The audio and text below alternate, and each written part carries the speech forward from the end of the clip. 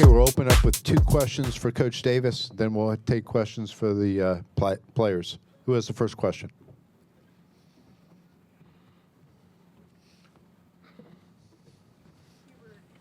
Wait for the microphone, please.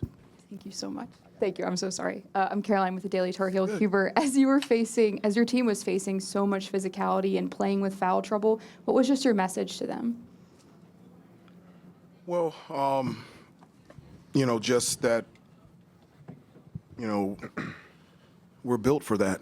We've, in the locker room, just telling them, so proud of how they've stayed connected, stayed the course through ups and downs, perseverance. There's a level of toughness here that has been developed over the last 7 or 8 months that we've been together. And we were in these type of situations earlier in the year and weren't able to get stronger. And we were able to do it today. And as a coach, to be able to see these guys perform under pressure and do it together is one of the most amazing things that you can see as a coach. Back of the room. Hubert, right back here, sorry. Yeah. Brendan Marks from The Athletic. You mentioned, obviously, you guys have been in these experiences a bunch of times before. Obviously, it's tied with 3.5 minutes to go. How much do you attribute those last 3.5 minutes to the growth of the team, and how much do you contribute to the banked experiences that you guys had in those late game situations through the first couple of months? I think both. I mean, I think being in that situation so many times, you can draw upon those experiences where it worked out and where it didn't. And so being that type of situation, these guys now step towards it as opposed to standing still or maybe taking a step back. And sometimes you still, the outcome doesn't go your way, but down in the stretch, it's the discipline and details to be able to execute on both ends of the floor. We didn't turn the ball over, we executed, we scored. And on the defensive end, we defended, didn't foul, and didn't give them second chance opportunities. That's the game. And that's a game earlier in the year that we lost. And I think it shows tremendous growth in where we are right now. Okay, now we'll take questions for Van Allen. Front row. Stephen Arthur, Virginia Tech Television. Van Allen, you had those 2 huge dunks under the 2 minutes in the end of the game. What were the emotions kind of like for you as you practically put the dagger in? It was just electric, and just making plays like that, just knowing that Coach always emphasized of going to offensive boards, just getting us, second chance opportunities. Just the way I just kind of want to just attack the rim and give, our team a chance to, give us a win. It was very important that, I just had to make those 2 dunks. Third row to our left. Bob Holliday, WRAL.com. Van Allen, you had 10 points, 13 rebounds, 3-4 blocks. And a lot of what you did came after you got your 4th foul. Was there any increased emotion? What was your mindset after you got the 4th foul? And particularly, Wake Forest went with 3 bigs at the end. How did you get by them for those 2 rebound slams? Yeah, it was obviously frustrating getting those 4 fouls and just knowing that you had to play smart and, just not try and play too physical to get your 5th one and to set out the game. We just know it was really important for me just to play smart and just to stay in it, So I just made sure I just stay present and just know I can just try to do whatever I can. Back right. Hi, Van. Michael Coe, WCHL and ChapelBoro.com. When you see your head coach get a technical foul late in the second half. I didn't get it. Oh, the bench. That wasn't me. The bench. Yeah, that wasn't me. Sorry, Hubert. My bad. I got one against Michigan State. My bad, Hubert. That's okay. When you see the bench get a technical foul, Van, what kind of effect did that have on the team? Did that sort of, catalyze you to make that big late game run to put the game away? No, I mean, that's just part of the game, Those type of, situation happens. We just, the 5 guys on the court just kind of just, stay together. Just know, like, no matter what happens, let's just finish out the game the right way, make the right plays on offensive end and get some stops on defensive side. And then that will really determine the game. Front row. Hey, Van Allen, Steve Reed with the Associated Press. Obviously, there's a lot of talk bubble watch, and how much do you guys talk about that as players? And did you talk about it coming into this tournament that you might have to get to the semifinals? And do you think you're in? No, there's not really much talk, at least, for me and, from the guys. It's just really just taking it one game at a time, just facing our opponent, it's right in front of us, and just kind of just keeping our head forward, staying grounded and just knowing that we got another opportunity tomorrow. And so that's our main focus right now. Back of the room. Van Allen, Dick Cox with Lindy Sports and Cox Sports Broadcasting. As a big guy playing inside, do you like a physical game like that, or is it hard to do your job when it's that physical? I mean, as long as it's physical and fair, then I can rock with it. But that's sometimes it's gonna go our way, sometimes it doesn't. So it's just playing through the physicality and the toughness, and just really just showing how tough we really are. And I believe that we show that. Fourth row on the aisle. Van Allen, Ashley Mahoney with Axios Charlotte. You mentioned, of course, being focused on the team that's right in front of you, and the path to the championship will go through Duke. What are your thoughts on having to face them again? Just knowing that we want that. We want that competition. We want our revenge against them. And so just give us another opportunity just to get a win against them and just to play a really great team, just to give us a chance to play in the championship. Middle of the room. Van Allen, when Alex Zettler with the Charlotte Observer, when RJ rolls his ankle and he insists on staying in the game and then ultimately makes a couple plays down the stretch, what does that mean to you as a teammate? That just shows the type of player he is and the type of person he is. Just the toughness that he just goes through adversity and just to play through it. It's not easy, playing on a hurt ankle or just, being injured, but just his toughness that he showed on the court, just to be able to stay in and just, play through it, it really just shows the type of player he is. And that's something that we really need, just a player like that. Any other questions for Van Allen? Front row, last one. Van Allen, you had those 13 rebounds during the game. What was kind of the strategy to keep a keen eye on the ball? Just going. Really just trying to get inside position and just really just tracking the ball in the air. It's just really important for me just to know, just to get those second chance opportunities on the offensive side and on the defensive end, just to limit them to one shot. And so it's really just for me just to, assert myself in the paint and just grab those ball. Okay, Van Allen, thank you. I head back to the locker room. The Carolina locker room is open until 5:38. We'll now take questions for Coach Davis. First one, second row to our right, Coach. Brett Friedlander, Saturday Down South. Hubert, I know you addressed this a little on Saturday, but could you kind of address the urgency that RJ seems to be playing with right now and how that just kind of carries over to everybody else? Well, yeah, there is urgency because he has no more eligibility left, but there's also a sense of calmness and steadiness that this team has needed all year long, and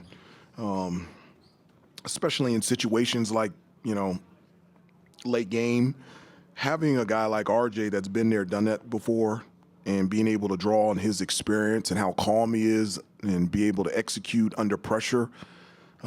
Just helps out our team so much. And you have to have people, you have to have leaders like that on the team, and I can't think of anyone better than that than RJ.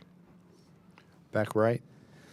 Hubert, Michael Coe, WCHL. Was not my technical. Not your technical. What can you say about the performances of Jay Witt and Ven? I mean, they both had their shooting struggles early on in the game, but they both made critical plays throughout the game without scoring, and also late in the game in that run. What can you say about their performance in the front court? Yeah, that's one of the things that, we talk about is there's so many ways that you can be impactful out there on the floor to help your team win. Winning plays is not just scoring. There's rebounding, talking on defense, diving on loose balls, getting steals, deflections, making a free throw, all those different types of things, being able to execute. And so, again, when you have Ven's a junior, Jay Witt's fifth-year senior, that type of experience. They've been in tight situations before and feel comfortable about stepping up and making plays in those situations. Back left. Coach, Duke and UNC facing once again this year, 3 times now. You guys have faced each other a lot in the ACC tournament in the past. Do you want to touch up on the history of that, or is it just another game for y'all? Well, I mean, I don't think we haven't played them since I've been head coach in ACC. I I don't think so. But, I mean, playing Duke is it's an opportunity to play against the #1 team in the country. Obviously, they're playing extremely well. We just played them last week on senior night on our home floor, and we're excited about the opportunity to be able to compete against them tomorrow night at 7. Back left. Hubert, Brian Murphy with WRAL. This league, obviously, in the past has gotten so many teams in the NCAA tournament. Sort of going above 500 in this league would put you in automatically. What has changed, and what can this league do to make sure that it gets 5, 6, 7, maybe 8 or 9 teams in the tournament? Well, I grew up right outside of Washington, D.C. I was born in Winston-Salem, and I grew up with the ACC tournament and the ACC, conference. And I know that I'm biased, but I think it's the best conference in college basketball. And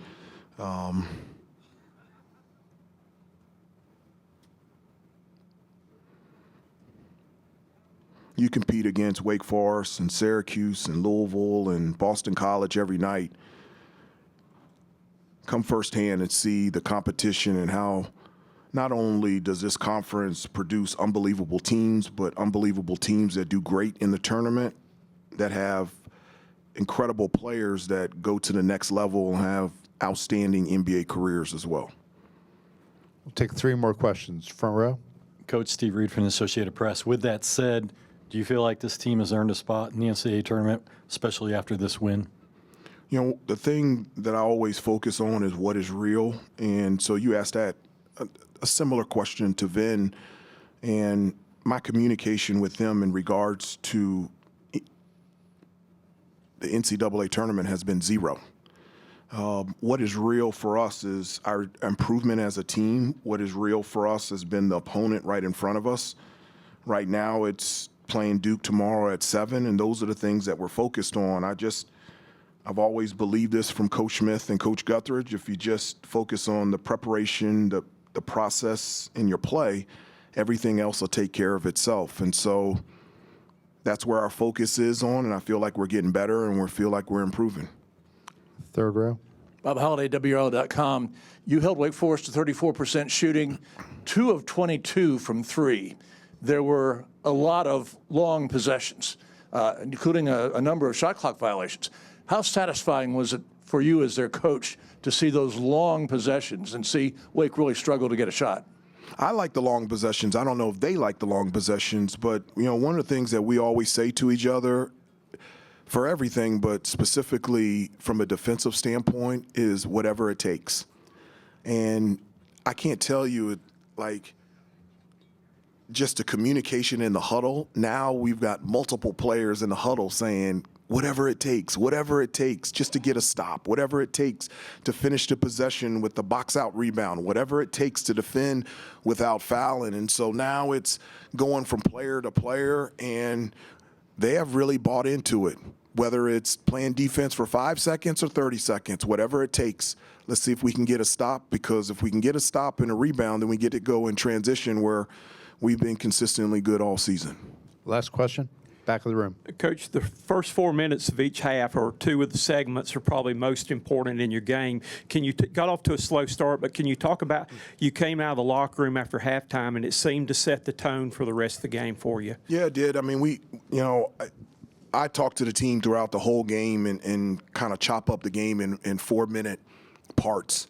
At the beginning of the game, hey, let's make this the best 4 minutes. Let's get multiple stops to start the game. And then at the 8-minute mark, let's make this the best 4 minutes we've played all game. Coming out of half, let's set the tone for the first 4 minutes. It starts with defense, rebounding, taking care of the basketball. And then the last 3 minutes, hey, here we are. Let's tighten the screws on the discipline and details, and let's execute on both ends of the floor. So that's communication that us as a team has consistently throughout the game, not just at the beginning of the game or the beginning of the second half.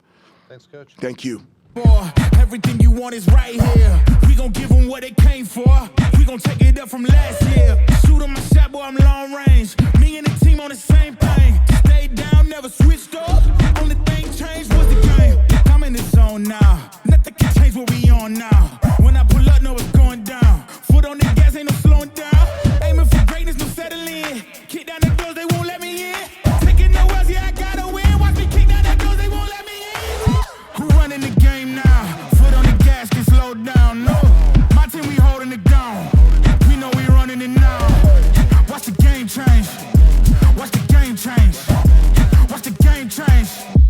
watch the game change, yeah.